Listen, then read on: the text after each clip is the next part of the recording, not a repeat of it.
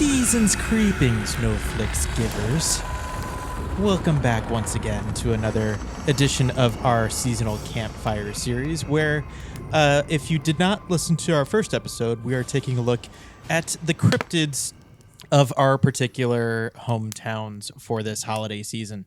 Up this time, we have Connor representing the great state of Virginia, Northern Virginia to be specific, where Connor, once upon a time and frequently has told me, is the center of the world.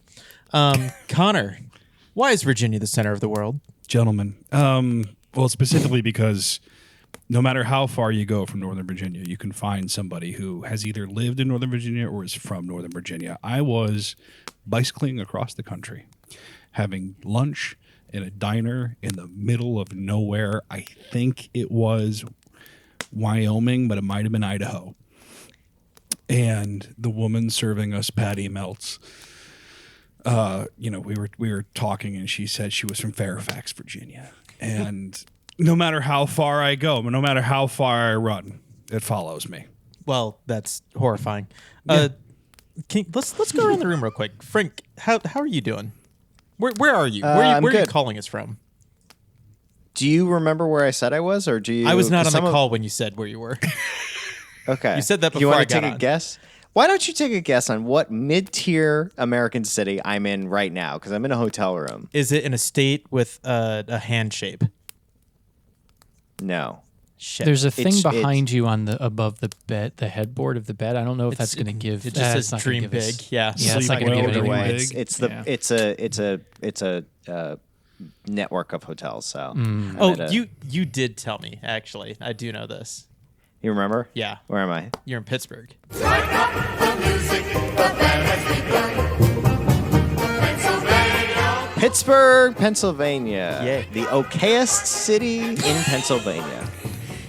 Of the Yes. the major cities, both of them. beginning with Yeah. P in Pennsylvania, It's the second best. squarely number 2. Yeah. Squarely number 2. No, we're making fun of it, but I have no issues with Pittsburgh. It's a perfectly fine city with a nice little river. Did you know here for work? it is Three the rivers. and at Three Rivers and the largest Yes, sorry. metropolitan area that has the most rainfall per annum in the United States? It Peter, rains more. everyone knows that. I know. Everyone knows that. That was one of those facts that I learned like 3 years ago, and it's just been like stuck in my brain ever since. So Well, it's funny because like Pittsburgh, I think of Pittsburgh with like smokestacks. I think of it very much Steel. Rust Belt.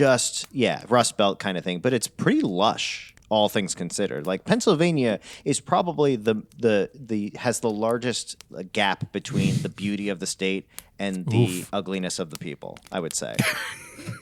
well, Philly is The town went red? It went red, guys. It went red. I'm just saying. Matt, Ooh, boy. ugh. Oh, I'm boy. doing all right. Matt, save us. How It are is you? October, so the horrors persist, but so do I.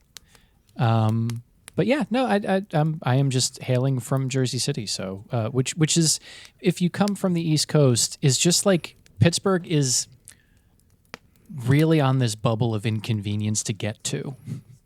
It's like too far. It's too close to really want to go through the hall of flying, but it's also too far to just comfortably decide to drive to. Do you remember in Lawrence of Arabia where they're like, the place we have to attack is across the desert, and like no one would expect us to travel through the desert to get there? Oh, it's like, the worst. That's Pittsburgh. Like Yeah. no one goes across Pennsylvania.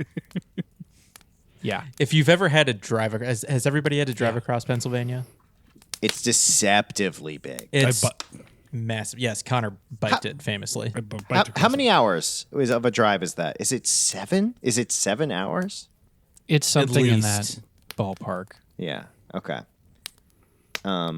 Yeah. Because Okay, I used to can drive New York to Michigan, and that was like 11 and a half hours. So Yeah. like Yeah. 7 of that Yeah. being in Pennsylvania makes sense. Yeah, Wisconsin's like 13, 14. And these days we've decided that we dislike driving through Pennsylvania so much that we will actually drive up to I-90 and drive through the Finger Lakes of New York because it's just a prettier drive. That's beautiful. Yeah, that's great. Can I ask a question? I want to start asking this question for these episodes before we get into what we're actually talking about, which is, what's the last Halloween-y movie we all watched? I have two that we watched last night. Not counting today's movie.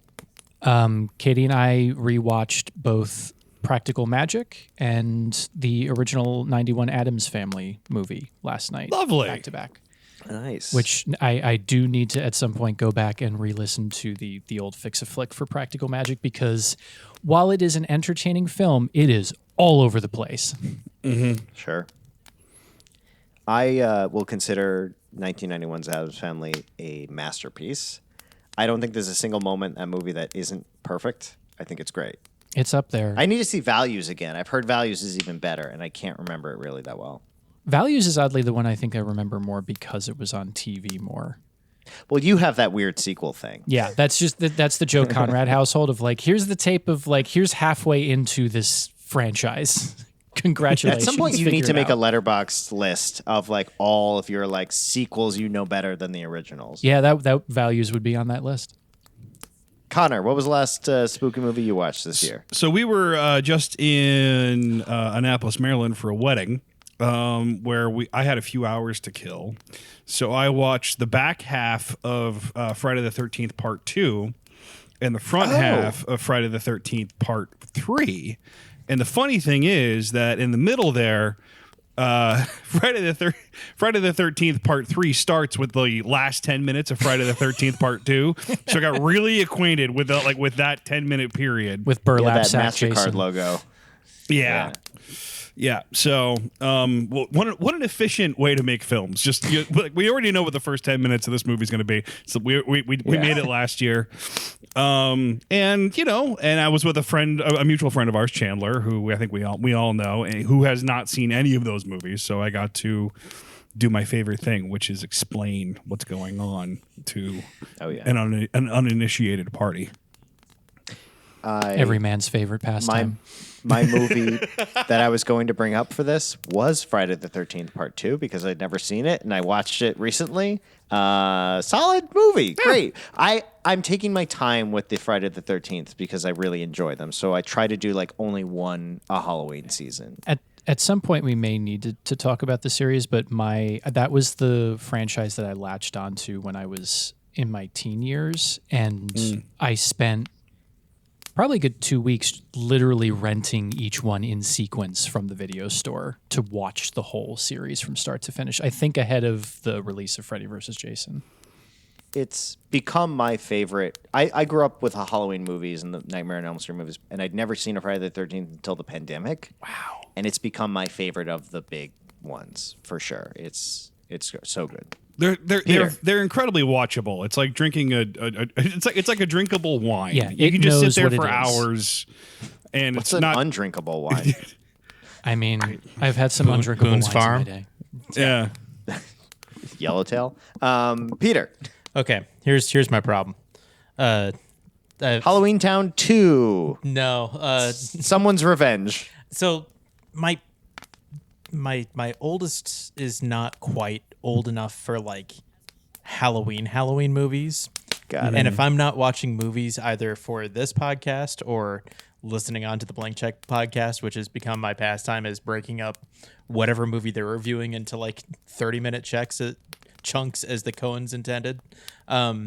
So what I have started to do though is I've started to ask when I'm, being carpool dad, what do you want to listen to, and can we listen to Halloween music?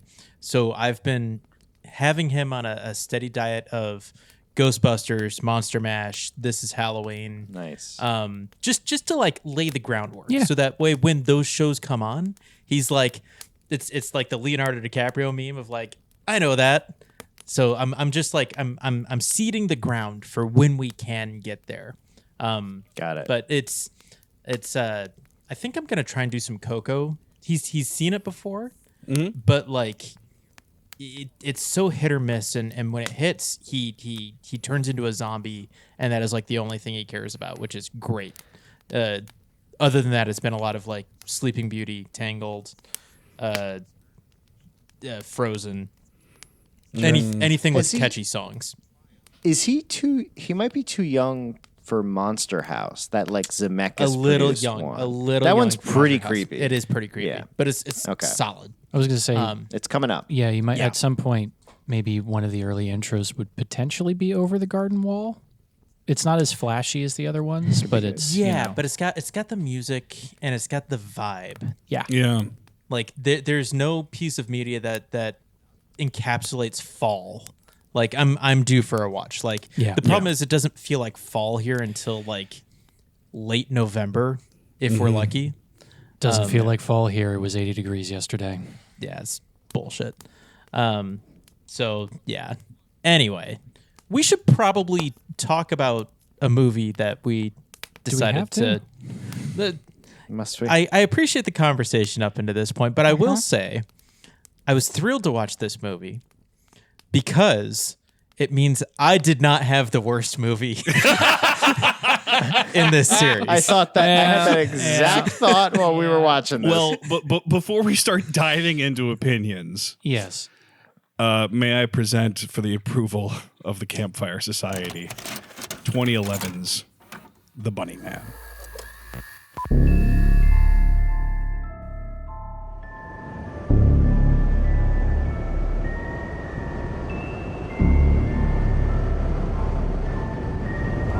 Come on. John, just go around him. Oh my god. You have to be kidding me. What does he want? What do we do? I don't know. Someone needs to get out and apologize. For what? I don't know. Clearly we pissed him off. Just please leave us alone. I knew that we should have never left the car in the first place. What does he want? What do we do? You took everything away from me!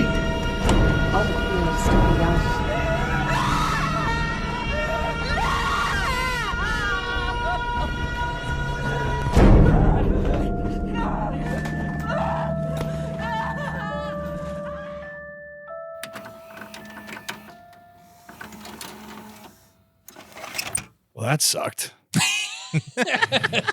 Oh man. Wow. I there was some disdain. There was enough disdain for it that I actually put down a couple notes. But before we get into that portion, Connor, is from where you grew up in Northern Virginia, was the Bunnyman legend something that you grew up with while you were there? Is it something you learned about later? How does it inform you choosing this for the movie? I have, both on this podcast and in our lives as friends, frequently made jokes about how Northern Virginia doesn't really have any culture to speak of. I do recall that, yes. The one thing I remember from my childhood about this? about like a local history, a local local history that wasn't like a fucking Civil War battle, or sort of or anything that sort of might resemble like pop culture America parts, things about growing up, was the local legend of Bunnyman Bridge, which was a real bridge that still exists to this day, where the teenagers would tell us scary stories about the Bunnyman and his bridge. And I can get into that in more depth. I want to know the true. I want to know the legend before we get into whatever the hell this was. Okay. So the legend as it was presented to me was that many years ago, now I'm being told the story in like 1996, but many years ago, there was a bus and it was full of prisoners being sent to a lunatic asylum area of a prison that's actually not far from where I grew up. And as it approached this bridge in Clifton, Virginia, the bus crashed and the inmates all escaped. They were able to round up all the inmates except for one. Years later, there were tales told of a man in a bunny suit running around the woods in Clifton, Virginia, with a hatchet. And then there were reports of dismembered bunny rabbits that were being hung on the sort of ceiling of the bridge, sort of all along the way. And there were reports that if you approached this bridge, pieces of dismembered bunny rabbits would be thrown at you to scare you away. And the legend has it that 2 teenagers were inspired to solve the mystery of the Bunnyman. They went to Bunnyman Bridge one night around midnight, and they were never heard from again until one day their bodies were discovered hanging above Bunnyman Bridge, dismembered just like one of the Bunnyman's bunnies. And to this day, if you approach the Bunnyman Bridge late at night, if you're not careful, you can have bunny parts thrown at you. And if you go into that bridge, you may never be seen again. Now, as happens when we become adults, I did some research. All right. And it turns out this is slightly based in fact. No shit. Okay. So, there was a report written by the Fairfax County library. There was a librarian that sort of did a bunch of research on, like, she grew up in the area, and had heard stories about the Bunnyman in the 70s and decided to do some research to, like, figure out what the origin of the Bunnyman story is. And she looked back at, like, child murders, and there's actually been blessedly few of them in Northern Virginia in the last 300 years that white people have been there. But she did find a Washington Post report from October 19th, 1970, which reads, let me actually pull up. I can actually pull up the actual. I have the newspaper. Fairfax County Police said yesterday that they were looking for a man who likes to wear a, quote, white bunny rabbit, unquote, costume and throw hatchets through car windows. Honest.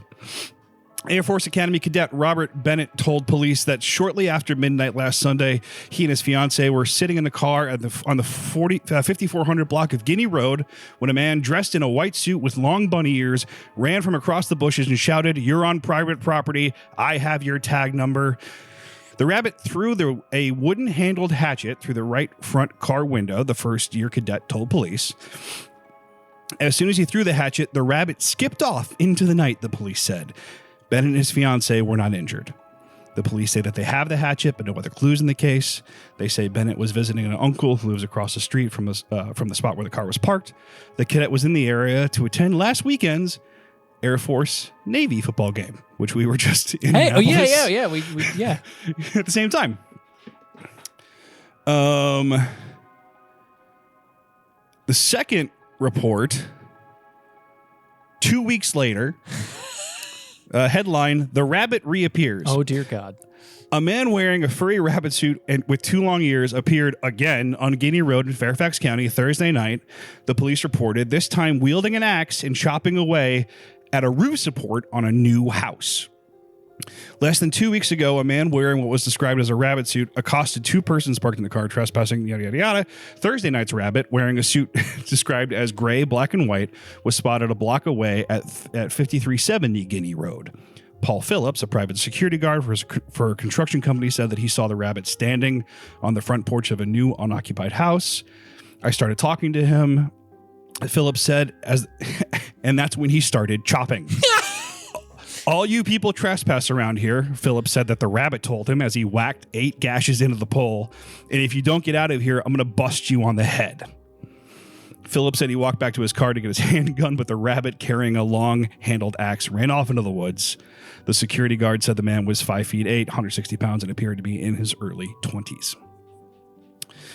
There have been... How do you appear to be in your early 20s in a rabbit suit? I'm not sure.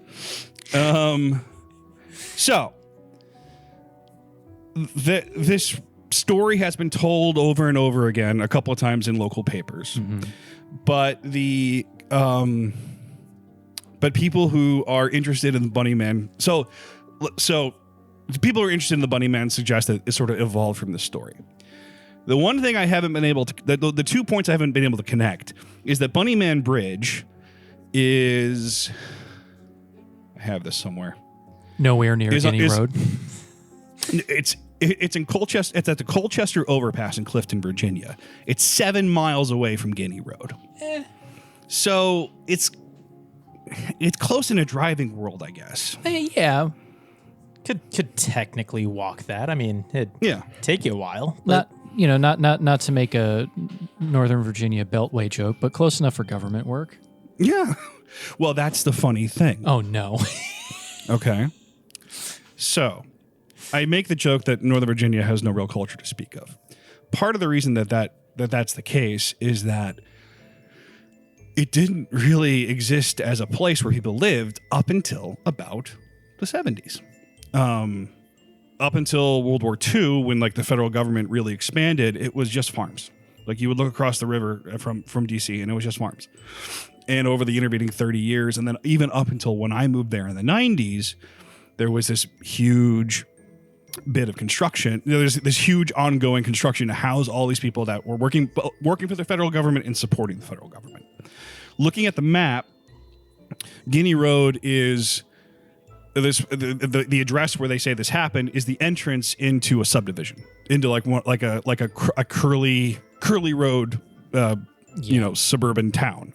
Also, here's the thing about this part of the country: Fairfax County has within it 3 towns. That's it. Every other population center is a census designated place. They're like, there is no municipal governments. It's partially why I didn't like living there. How very like there Confederate. So reading around, it sounded like what this guy was really pissed off about was that there's suddenly all this construction going on in a place that he thought he owned, or that used to be not abandoned, but unoccupied. Well, and not to turn this into cryptid, serial podcast, but like you could probably do some paperwork to find out like what families owned what plots along Guinea Road to see like if stuff was seized via eminent domain or what, and age out what member of what family was like an adult, but a younger adult at the time that this stuff was going on. Yes. Now, dear listener, you could probably. Oh, sorry. I have a tertiary thing. Hang on. So a detail that I sort of chose not to disclose was that the Air Force cadet's girlfriend disagreed that he was wearing a bunny suit, and she thought what he was wearing was a tall white hat. Now, this is Virginia in the 1970s. Who else in Virginia likes to wear tall white hats? Mugatu. The Klan. Yeah. That. Yeah. Did this couple happen to either be Catholic or not white or both? No, but the Klan, famously rational people. Yeah, that's fair too. They fish with a wide net. Right. The couple, by the way, later got married and have the hatchet on a plaque in their house now. That's great. Or at least love up until that. recently. Yeah, I love that. Which is why I'm going to say now, dear listener, before Connor has told a compelling, complete story, you could probably stop listening now because it's just going to be downhill from here. We'll see you next week.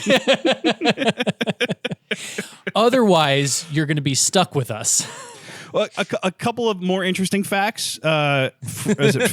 Before we have to talk about the movie. Yes. Right. Yeah, Before we're forced to talk about them. Fred the Bunny from Donnie Darko. Is it Fred? No, Frank. Frank the Bunny. Frank the Bunny from Donnie Darko. Frank would know. Wait. Yes, he would. Is said to be partially Because I inspired. had rabbits growing up. Is said to be partially inspired by the Bunnyman. The writer director of Donnie Darko, Richard Kelly, is from a few hours south of Clifton, where the Bunnyman Bridge is.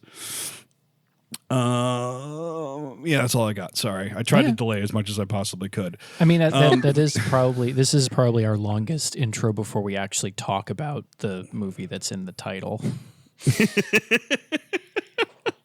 which should give a lot of people a clue at this juncture. A raging clue. I have a raging clue about this. Oh hell yeah!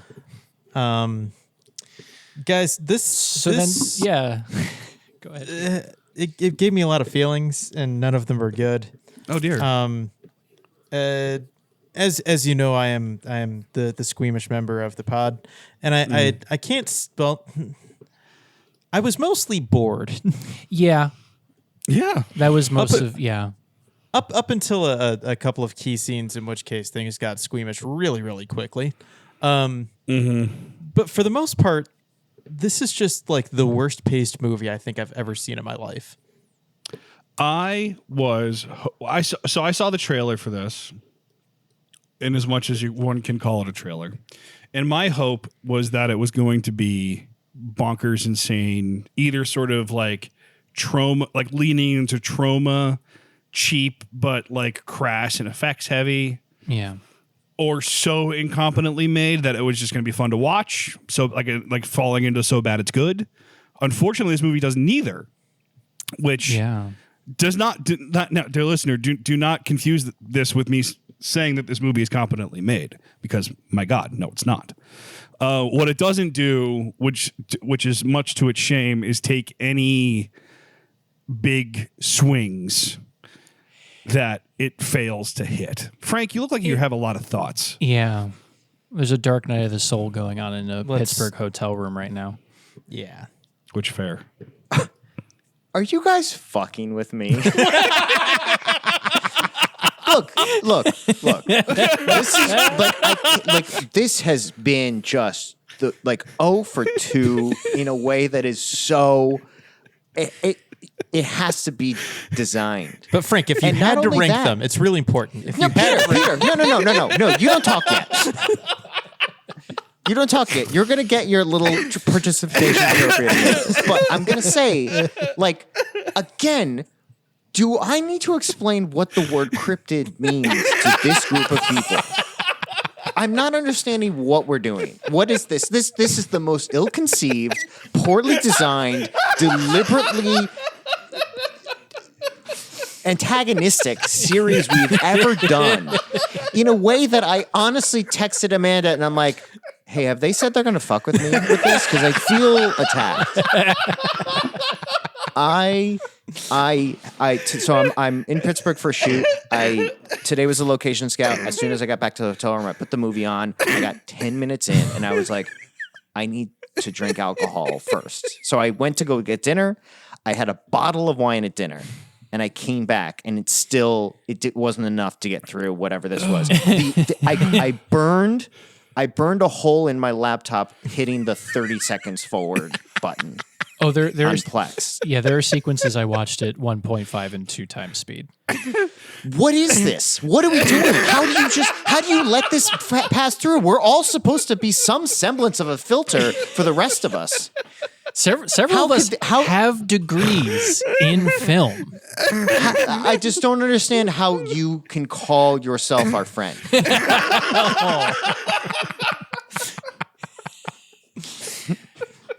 I mean, you have to give it to done. Connor, though. I'm done The now. poster looks intriguing, at least. Well, I mean, This should have been porn. I needed this to it really should have been. But it won't even commit to that level of schlock. Yeah, and which And I'm kind of glad it doesn't, because we'll probably talk Yeah. about It it. would have been. Yeah, we'll talk. You're sweating. I am sweating. Wow. I've been read for filth. I am ashamed.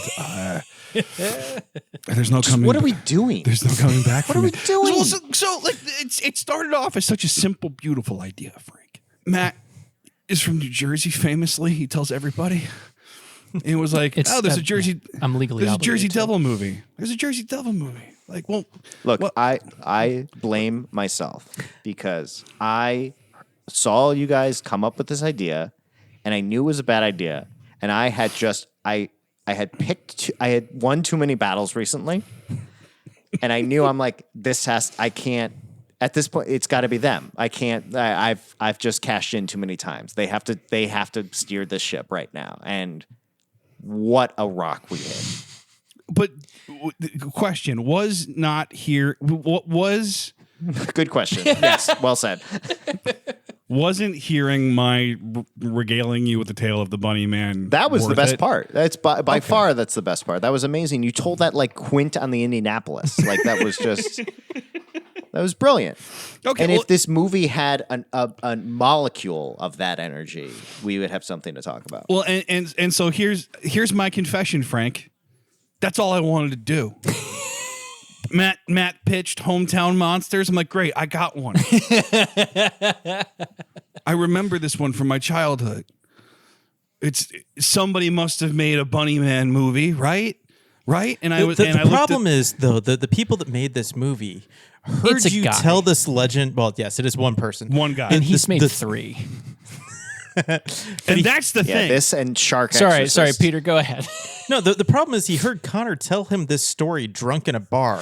He woke up the next day and he remembered Bunnyman, and he heard Hatchet, but he remembered Chainsaw, and that's the only thing that he heard. And so he thought, He drunkenly he heard the story, then Yeah. he went home and drunkenly watched Duel and Texas Chainsaw Massacre back and to The Hills back. Have Eyes. Yeah. exactly, Yeah. And that was the movie that he tried to make. Well, and in my defense, as pitiful as it is, the trailer that I saw for Bunnyman, it was just labeled Bunnyman, but it was all 3 Bunnyman movies that being sold at the same within the same trailer. So it Bunny's was more for Man. like the Bunny's Man franchise.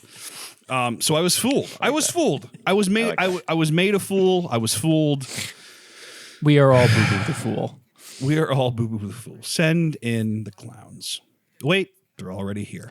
I think we should tell the people in what the this mirror. movie is. Like What is this movie? It's not a movie. It's 85 minutes that was recorded on video, and most definitely on video and not film in 2011. Yeah. in 2011. I think if anyone watches the YouTube trailer or like a clip, you'll understand why we have the angst we have. It is this just bottom of the barrel, absolutely nothing, tons of overlaid dialogue on top of mismatched shots in a way that is just, it breaks every rule. Like there's just like, Well, and that's the there's nothing here. it's selling schlocky violent slasher movie to the audience with the trailer, with the poster, with the art, whatever. But it ultimately fails at all of it. It doesn't. I hate having to admit this. I do believe currently a large language model would be able to write a more coherent plot. And if you know me and know that I am saying that, you know that this movie is hopeless in terms of trying to explain the through line of how characters get from start to finish of this. I can't even charitably call it a story. It's yeah. I mean, sort of technical problems aside, which it has a lot of, which we can talk about. And pacing issues Holy aside, shit. which we can also talk about. I am somewhat confounded by how complex they try to make a relatively simple story of young people trapped in the middle of nowhere. Like it's a formula so simple that like every year 3 of these get made, but they're coherent and interesting in some way, you know?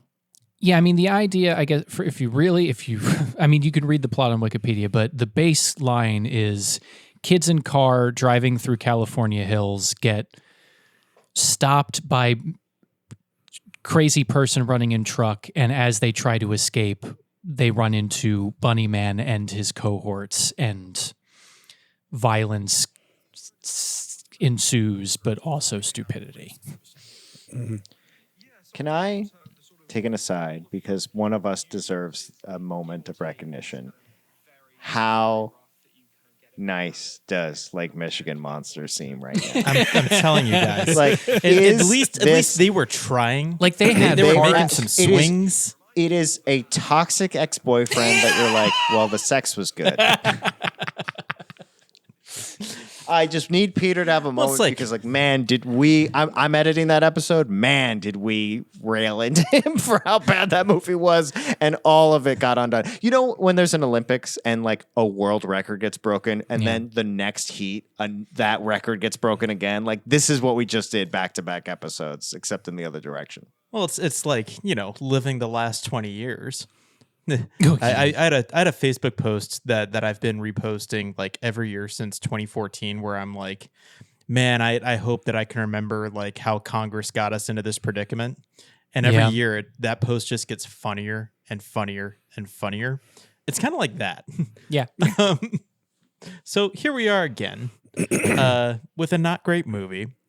And Connor, this is no fault of your own, even though it's entirely your fault. I mean, listen, you at least had a good legend. I picked a movie out of a hat. You've got a good story behind yours. You have like actual connection to this. We should take the people through actually like the general plot. It's How? It's effectively a snuff film. It starts with a snuff It starts film. with a snuff film. Yeah. It starts with the like Pixar Probably the short. best part. Yeah. It's the best made part, probably. In that there was a beginning, middle, and end. There were characters. We knew what they were I doing. mean, home the shot for videos shot over the remake of credits Duel were was okay, okay. too. That was okay. Yeah. Oh, the family movie during the end credits? Yeah, like that. All of that was eminently more interesting than everything. You that think you watched I in made between. it that far? I was wondering if you would. Yeah, and that's just them fucking around. Like somebody found their grandpa's 8mm camera, and they were just fucking around in the desert, right? Like that's But that is so much more visually interesting and compelling than the rest of the movie. Can we recant really, really quickly? I So kids go up in the hills. Here's what it is. Yeah, Yes. Bunnyman people, happens. six people in a four-seater sedan. Insane. Who we don't know where they're move from. past We it, don't move know past where it. they're going. We don't know why. don't know their One names. of them's pre-med. Yeah, we find that out like an hour in. They're driving someplace. They get into a road altercation with a big old truck. It is the slowest, most boring like car situation that goes on for 20 minutes. Through the same like 3-mile section of California highway. The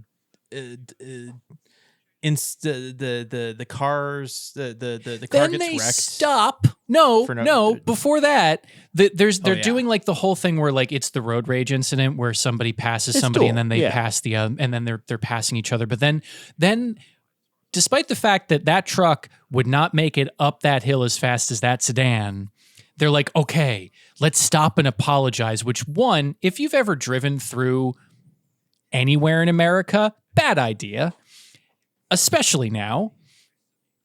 And then they stop, and there's this whole like 15-minute sequence where they're all sitting in the car not knowing what to do.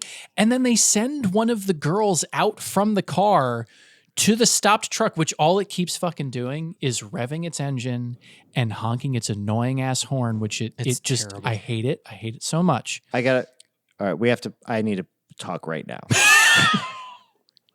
Listen. I understand budgets are an issue. Money's a problem. There's no limit to how limited you can be making a movie. Yeah. But just adjust the levels of your fucking Yes. film. Holy shit. My God, it costs no money to make everything generally evenly volumed. Yeah. We're like, my God, I'm in this hotel room with that horn blaring. And then the next scene, I can't hear, my volume is all the way up. I cannot hear the dialogue of these kids talking. I'm losing my mind. And I'm like, look, that is the ultimate sign of like, who's holding the wheel here? Because like I'll forgive everything else. You have no money. You have nothing. You can't even like you have to have the cars pretend to hit each other, but you clearly are not going to actually have cars touch each other. Fine, whatever. But like fucking mix your movie a little Yeah. bit. Yeah. No, that, yeah, No, I mean, hate it. It's grating. Sound is the Achilles heel of all of all certainly student projects, but this kind of no budget movie. Like I had it drilled into my head in school that, people will forgive a shitty shot. They will never forgive shitty audio. Yeah. Yeah. Like that to me is like the major symbol of like of complete incompetence, of either not saving the money to do a proper mix, and master for the at the back end, or not having the people to capture the audio on set, because there's definitely like crazy mic placement issues. But yeah, I mean, like that's the thing that makes this a completely amateur movie. Like everything else, you can have everything else. You can have every chainsaw stab be out of frame. You can have your story not making any sense. Don't worry, it was. and you can have, crazy pacing issues that where people make decisions that make absolutely no sense whatsoever just because you're hamstrung by the budget. But if you don't take care of your audio for the release of your movie, it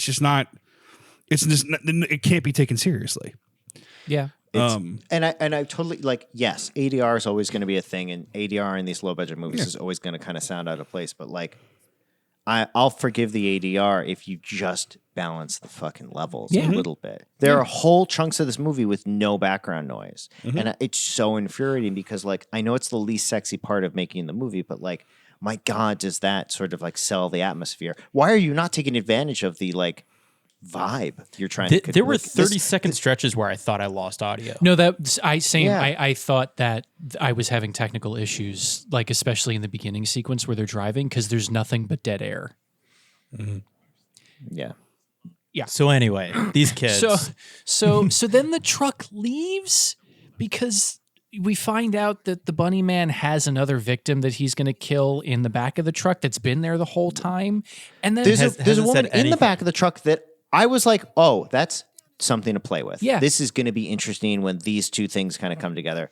And then it just is not, it's like they forgot that they... And then they don't... edited And that. then the kids in the car apparently can't continue driving for some reason, but it's not really explained because it hasn't been hit yet. No, one of them gets killed. When the because car he's gets under hit? the car? But that happens the next day or whatever, because then they sleep for however many hours in the middle of the day. Well, they They basically keep come to the sleeping. conclusion that Why are they so sleepy in this movie? I'm sorry. We're all over the place. And for anyone listening, it must be like watching this movie to experience us just like grab random tangents and yank them. But it's so infuriating to experience this and to try to make sense of utterly it is like Matt is on the nose with like it is worse than AI kind of like plotting. No action that occurs in this movie from at any point is ever motivated by something. It's only there because they want that. It's only there because the writer wants it to happen, or because they need to get to another scene. But like, why do they not continue on their journey after this truck leaves them? Because they need to stay there for the movie to keep going. Where are they going? Where are they going? Doesn't matter because we need the movie. Where does this take place? Yeah. Who knows? Has Has anything looked frustrating- less like Northern Virginia than this film? The most frustrating because they shot it in San Bernardino National Forest in the California. same acre of San Bernardino National Forest. They run into the redneck character in the middle of the woods, and then there's this protracted conversation where ultimately nothing happens. Oh my God, that's when I checked out. And nothing of consequence. Like it's never. No, we never revisited. see him again. Nope. Nothing You think- happens to the group. I get he's supposed to be the red herring of like this must be the bunny man or the guy in the truck or Well, whatever. I gotta tell you something, guys. I did some research. Oh, no. That character is Again? that guy. I know, right? That character winds up being like the patriarch of this mutant family. What do you mean winds up? Where is he? In Bunnyman 2 and 3. Oh, so writer, director, producer, partly starring person Carl Lindbergh wrote this fucking lore for his whole series and was like, I'm going to He was set setting this it up. Yeah. I just You hear about Hollywood delusions of grandeur a lot. It's a movie making is is a art form that can poison you with ego, but you rarely see it so directly. I'm going to address the filmmaker directly. I'm to camera Carl. Carl, what are you doing? Who's this for? I mean, it's ostensibly It's for for you, Carl. but nobody wants this. Everything that's being done here has been done better by worse, like other, not by worse, but It's been no. You're right. It's been done better by worse people. Yeah. Is how I will put this. yeah, I just like we didn't need this. There's nothing here that's being said that's of value. Yeah. It's just one of those things where it's like, look, I don't want to just like beat on someone who's not here, but it's one of those. He's things where it's listening. like- He has a Google alert for every time somebody does a fucking Bunnyman thing. But And guess but what? look. They re-released it in 2019 and called it the Grindhouse Edition. I swear to Yeah. God. It's really Look, bad. it's one of those things where it's like, okay, you're an incompetent filmmaker, but you have something you're passionate about. It doesn't even have to be a good idea, but you have like moments in the movie that you can't wait to get to, something like that. This is devoid of even in my most charitable version of my brain, I'm like, what are the parts of this movie you're excited to sort of showcase in some capacity? What are you doing? Every single scene feels like the scene you're not interested in, and you got to get to something else. And you're like, what is this? How is it? And if you're trying to make money, even if you're trying to just make money, this is a crazy thing to give people. If this is a passion project, this doesn't make sense. If this is just like, you have to do this for some tax reason, it's really I just don't know why you'd make this version of this movie in this way. No logical reason qualifies. Yeah, it's bizarre. Like that's the most compelling part of it, is just trying to understand the whys and hows, because otherwise it is frustratingly obtuse. Well, this is the other thing I wanted to kind of like hear from you, Connor, which is like, the more true this story is, the more like offensive the like liberties this takes. Not that I really care too much about that, but I'm watching this and I'm like, okay, now we're into like we're just doing Texas Chainsaw, basically. So it's like, what are you doing? Did people really die from this? I didn't know the lore of whatnot, like where it is with all of this. But like, what are we doing? And like, why is this? Why even base it in a real story at all? You know, I don't know. And everything written about this, I mean, there's a bunch of reviews that sort of came out around the time. They're all sort of coming to the same conclusions that we were coming to. Just like, this is a, you know, a soulless, gutless, like incompetent piece. Apparently this ran on Chiller, the TV channel, a lot. So it might have been a cash grab thing where it's just sort of like, anybody will rent a DVD with a chainsaw on the front of it. And they're not wrong. Right. Well, that's the thing. Like, there are horror fans out there for whom they have to watch everything. So there's that. Yeah. Frank's showing the half star he gave it. That's the thing though, is I come from that sort of school of I will watch a bad horror movie and I will generally derive joy from it. Not least of which because I think that the horror movies that are even bad, poorly constructed, not technically put together, there's a core of something that you can latch on to appreciate, even if it's like the humor of how poorly it's made. Yeah. This doesn't have any of that. It doesn't even have that. You know, like there's something sort of glorious about watching like Manos Hands of Fate and just watching the layers of delusion that makes that movie possible.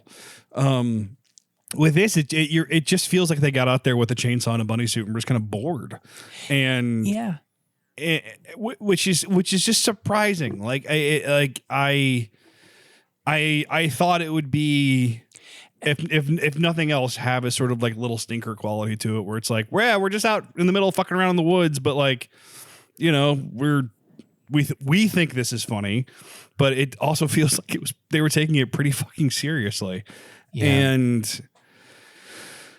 I don't know. And there's literally maybe one or two moments where like a shot And I'm like, okay, now there's something here. Like when that first victim we were talking about he dispatches her by tying her to a tree and then tying the other end of her to his truck and then tearing her in half. And then there's a shot of like the top half of her like falling over with guts coming out. And I was like, all right, cool. Now we're kind of getting somewhere.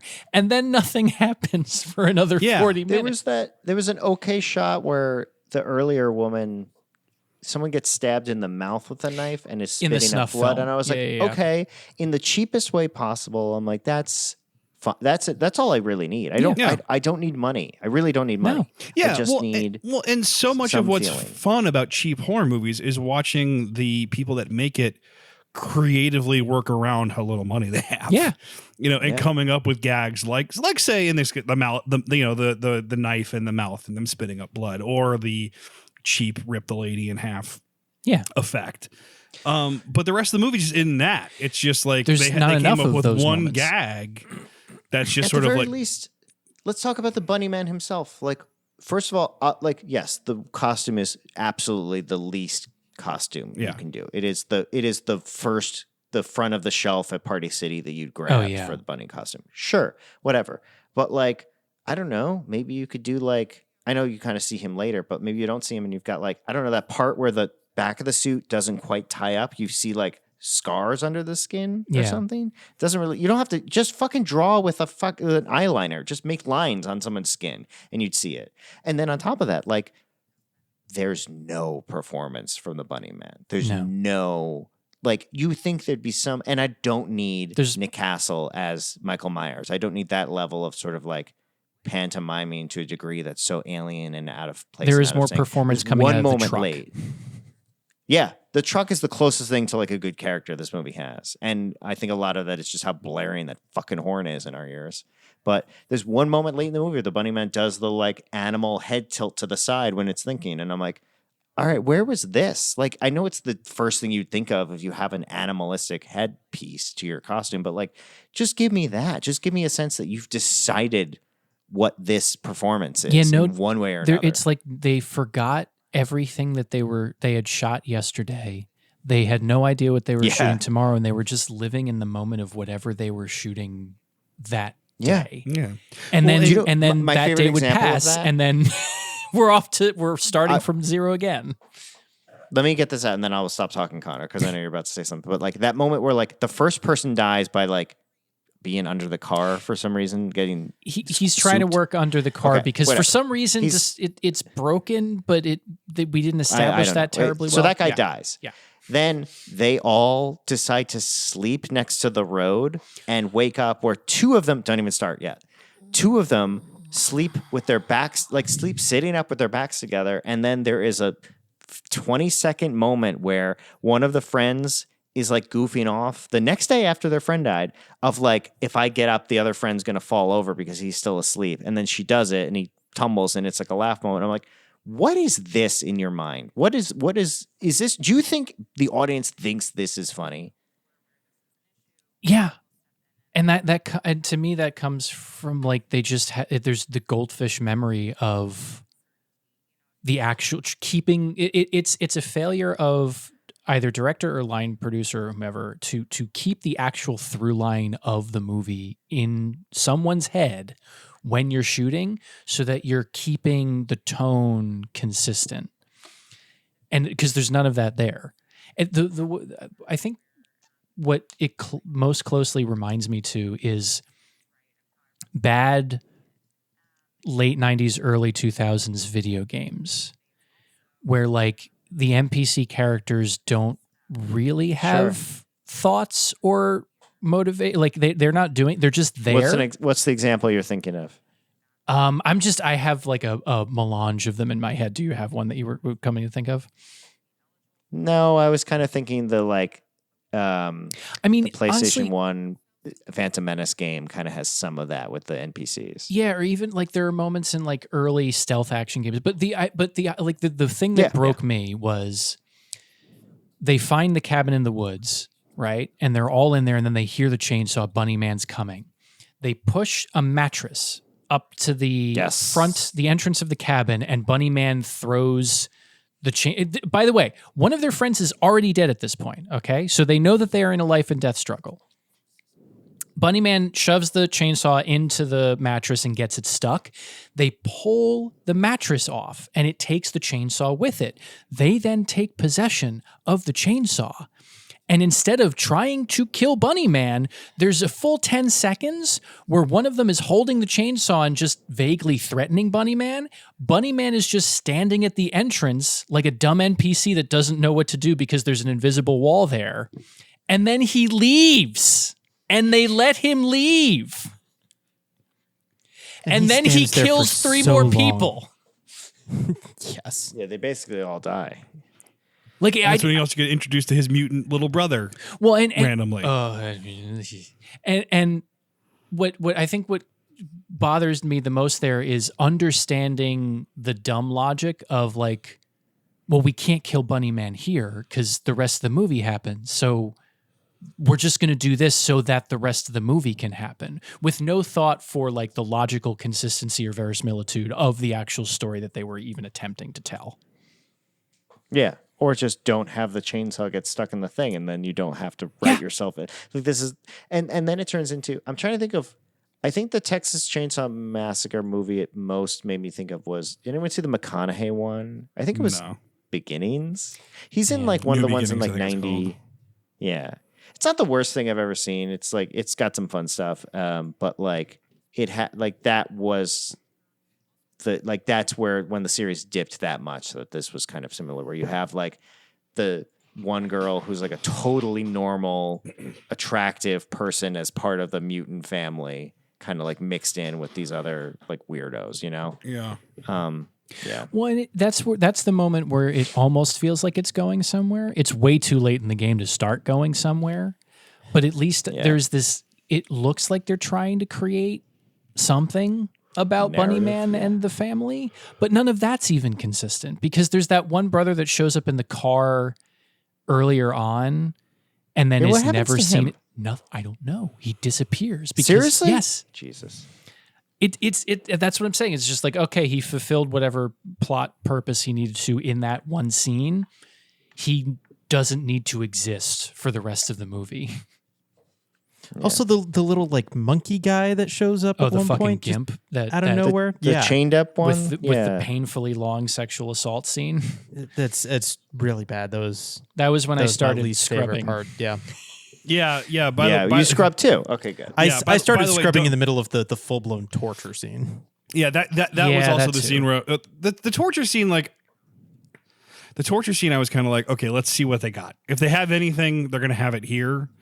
And it was just, there just wasn't. There wasn't any artistry in it. It was just kind of mean, and the actors did a pretty good job of portraying being tortured. But the sexual I know you want to pile on this movie the same way we are, but you are in the fucking doghouse from this. I mean, I'll make it up later with one of the good movies that I like. Yeah. I can't wait. You got to bring me another Crow. That's what I need. I mean, like what? Like Death Machine doesn't get me out of the doghouse. It's not. There's no retro. Connor has built up a lot of capital and credit over the course of the last few years, so I think that like some of it can be spent without. Yeah.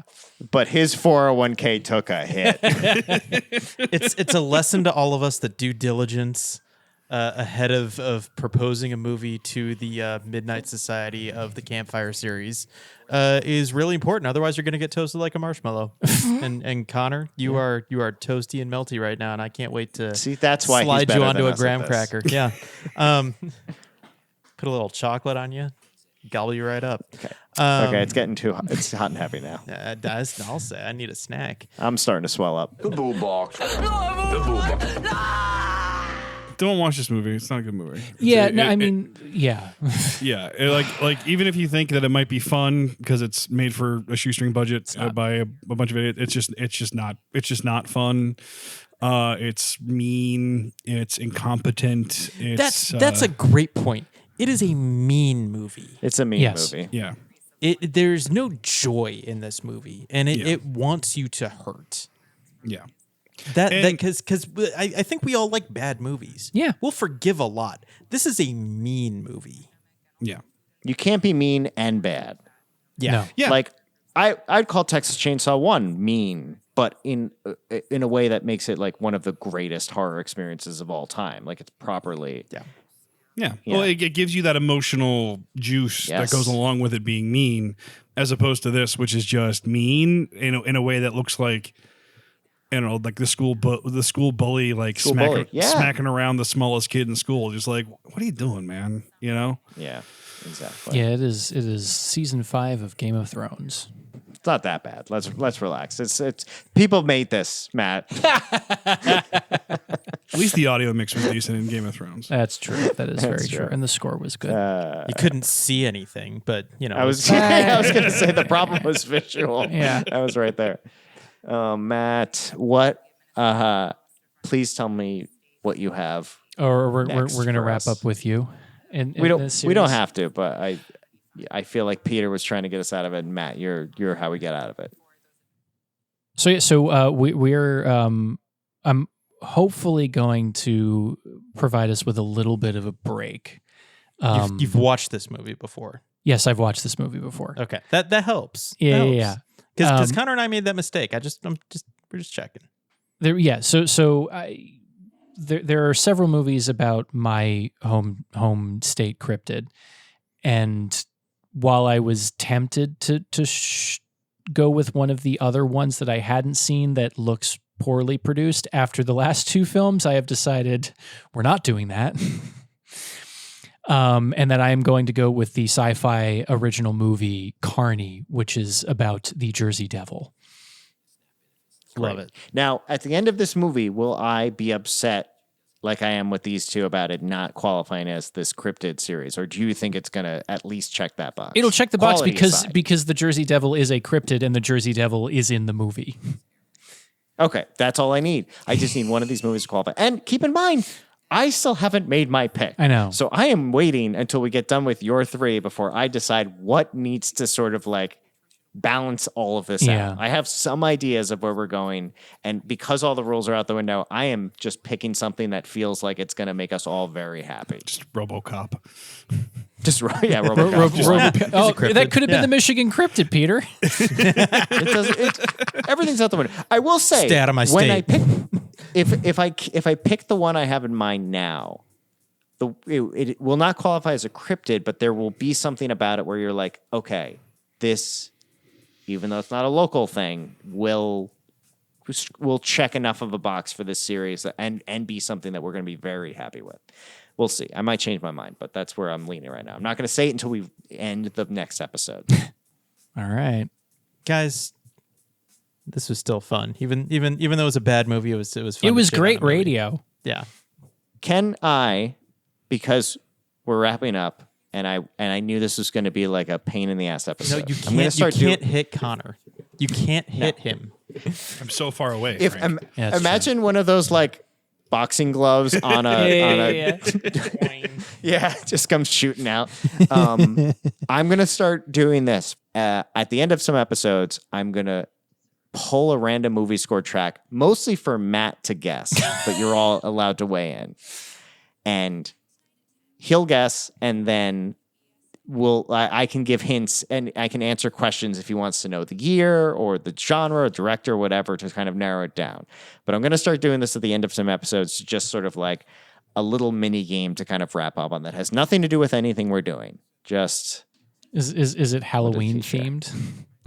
it's not Halloween themed, but I will start to I may sort of end it that way. But I do want it to be kind of like the whole world's at your disposal kind of thing. The fact that I'm coming up with this while we're doing the Halloween series is unfortunate, but here we are. All right. Matt might get this in 2 seconds, or he may struggle with it, but you're all allowed to guess, but I make it hard enough for Matt to go with. All right? Okay. And you can, and as you're listening, feel free to ask questions. I can give you the year. I can give you anything you need to get closer to being able to guess it. Obviously, Can you use this song in a sentence? no. All right, here we go.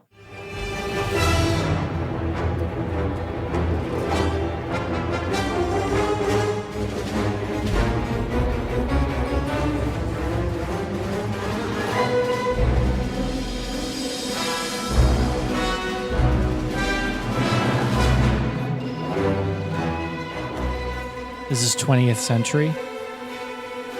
Yes, 20th century. Do you want the year?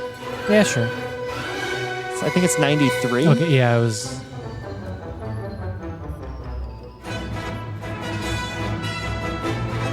Can you give us the genre? Swashbuckler. Yeah.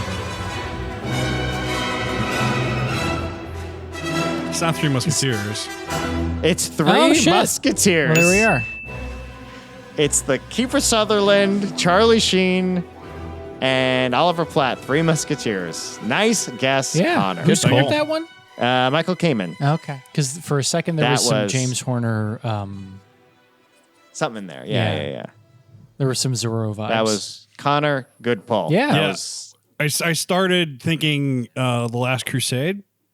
Yeah. But then it got It's a little bit of that, too. it did get swashbuckle, like more swashbuckly than that.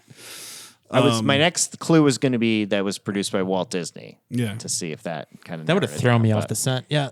Yeah. No, it was Yeah, when it's you a said weird- 93, I was like, okay, early 90s swashbuckler that I know.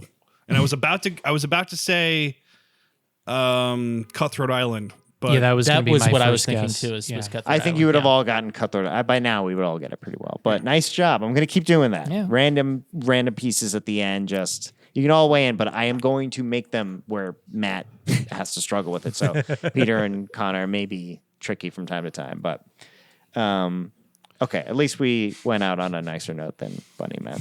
well, while we were at it, I uploaded the images of the hatchet and I saw. the Bunnyman bridge to the chat. Just We're going to solve this.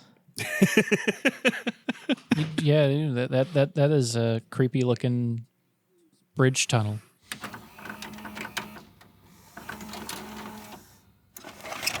Seasons creepings once again. Fix-a-flickers. Welcome back to another it's the session. wrong show, Peter. Peter, it's the- Damn it! Take two. Can I He's just on say a roll. I just went out on a limb saying how good Peter is at kicking the show off and This is clearly on you. This is not my fault at all. botched.